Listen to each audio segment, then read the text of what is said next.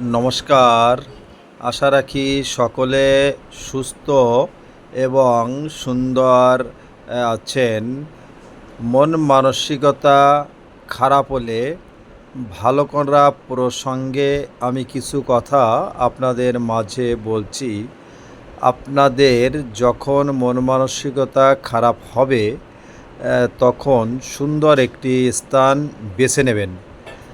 সেখানে গিয়ে আপনার মনের মতো একটা স্থান বেছে নেবেন। সেটা হতে পারে ফুলের বাগান, আপনার বাসার ছাদ, নদীর পাড়, পুকুর পাড়, অর্থাৎ আপনার মনের মতো একটা স্থান বেছে নেবেন এবং সেখানে গিয়ে হাঁটাহাঁটি করবেন, মনে মনে গান গাবেন, কবিতা আবৃত্তি করবেন, ভগবানকেও স্মরণ করবেন, অর্থাৎ স্রষ্টার নাম নেবেন। দেখবেন আপনার খারাপ মন মানসিকতা অনেকটা ভালো হয়ে গেছে।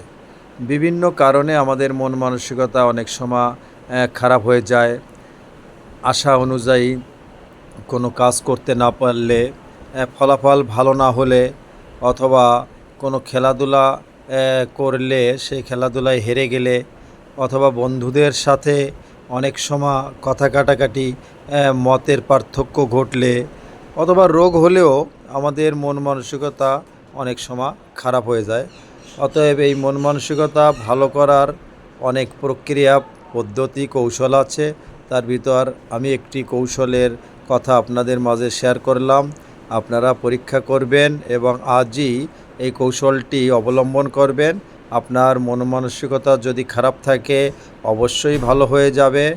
আপনারা অবশ্যই ভালো মন মানসিকতা নিয়ে আছেন, আপনাদের মনও ভালো আছে। স্রষ্টার কাছে এই প্রার্থনা রাখি সবসময় আপনারা ভালো থাকবেন।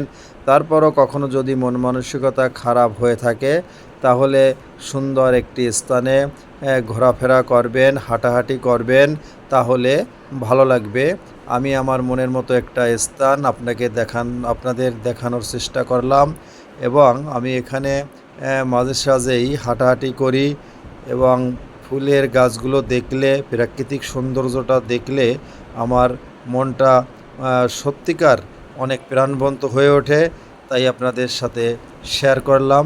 আপনারা সকলে নিরাপদে থাকবেন, শরীরকে সুস্থ রাখার জন্য সর্বদা কাজ করবেন এবং ভালো থাকবেন এই আশা রেখে আজকের মতে এখানেই শেষ করছি।